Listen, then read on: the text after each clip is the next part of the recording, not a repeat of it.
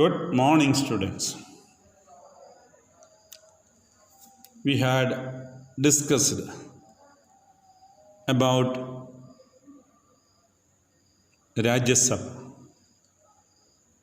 Today we are going to discuss about the executive. The executive means the branch of the government which implements the decisions of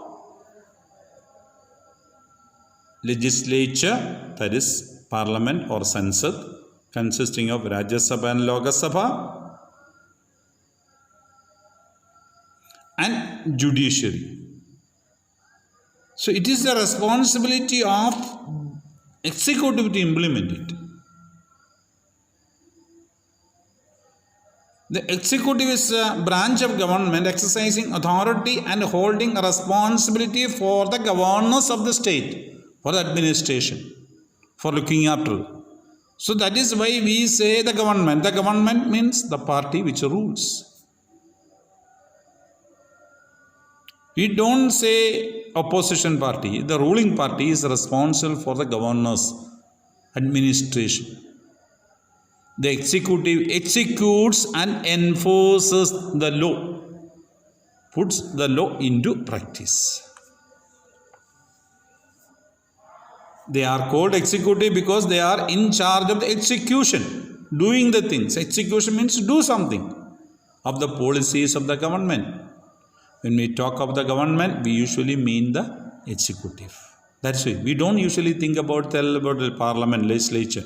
We usually discuss about or think about the executive. That is it. Now, there are two kinds of executive. One is political, other one is permanent. First one, we will discuss about political executive.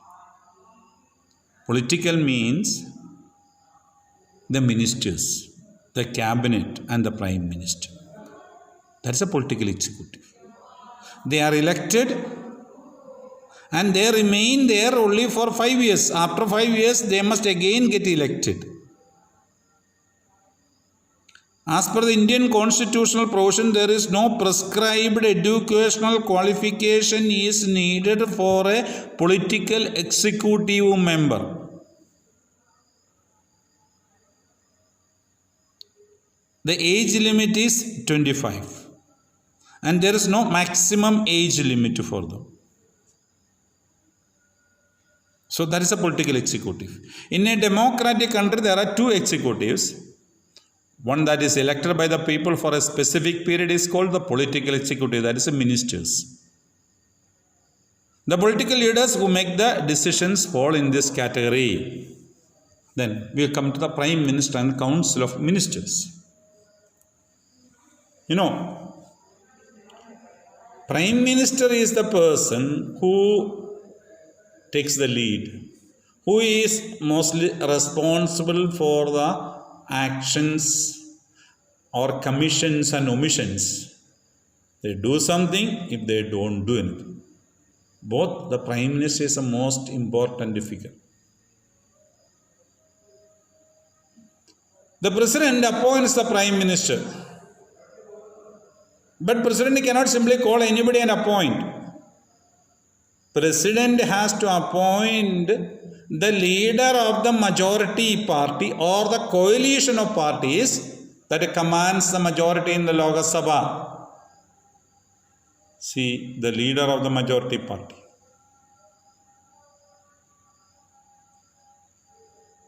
So R. Venkatraman, when he was the President of India, he has called Atal Bihari Vajpayee. When no party was able to form the government, because BJP was a single largest party, BJP was not having majority. After 15 days, Vajpayee had to resign because he was not having majority to run the government. Then Mr. Deva Gowda became the Prime Minister of India. So the President simply cannot appoint anybody. President has to appoint the leader of the majority. Since before election there was no coalitions were formed, he called the leader of the single largest party in the parliament. He could not continue the government. So, the president has to appoint the leader of the majority in Lok Sabha, not of Rajya Sabha.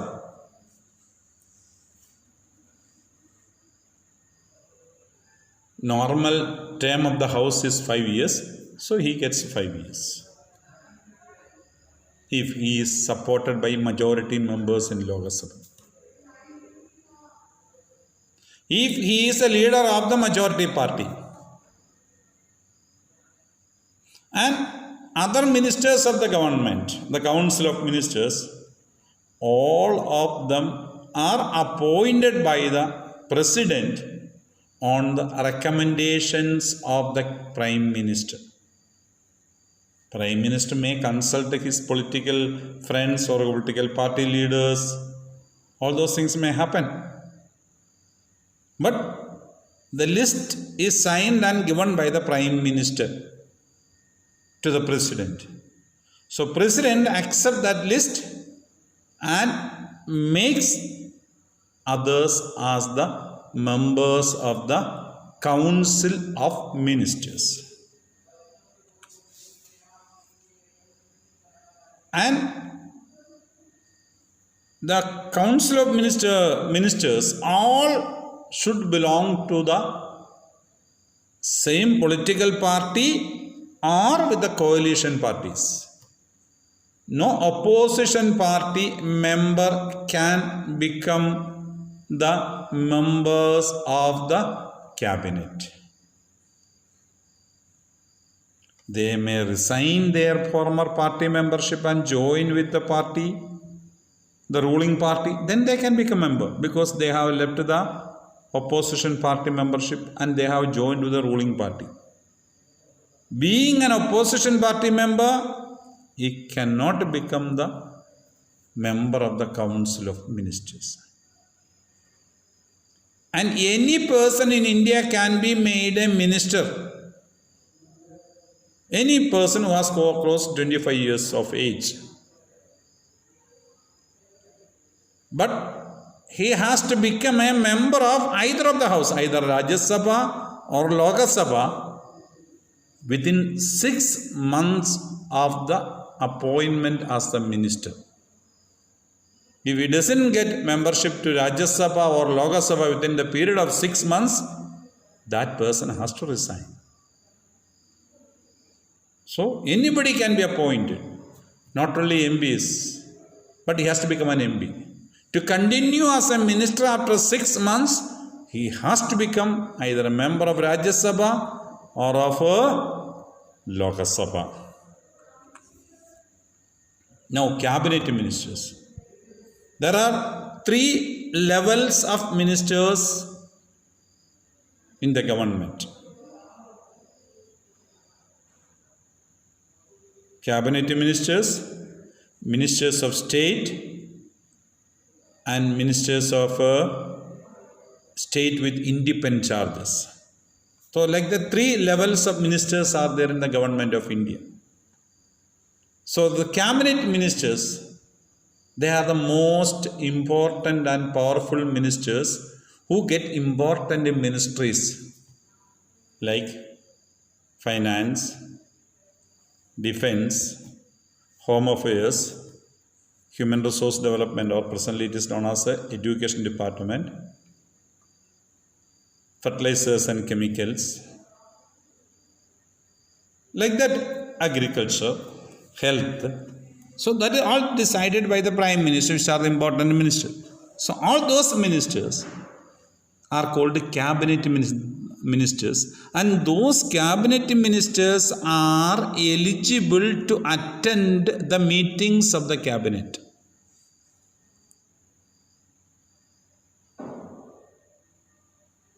The decisions of the country is taken in the cabinet.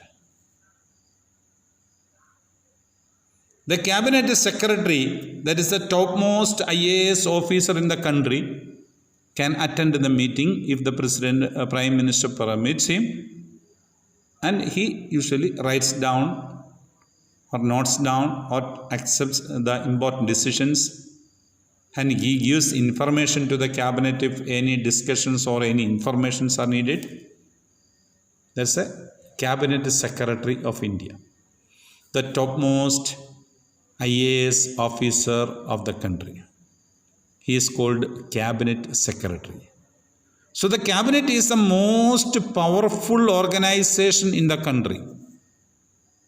Presently there are 24 ministers,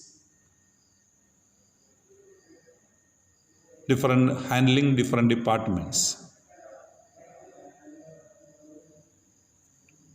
You may be knowing many of them.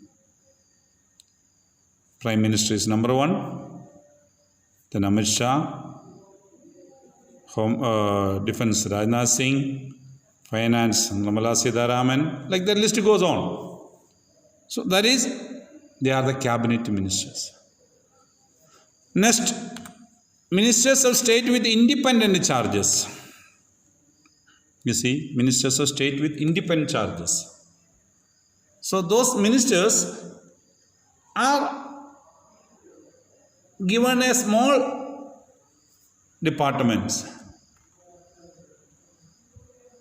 Harshavardhan was a department of sports he was having. So they are given the responsibilities of that. They don't have any cabinet minister above them, and they may be called by the Prime Minister to attend the meetings of the cabinet.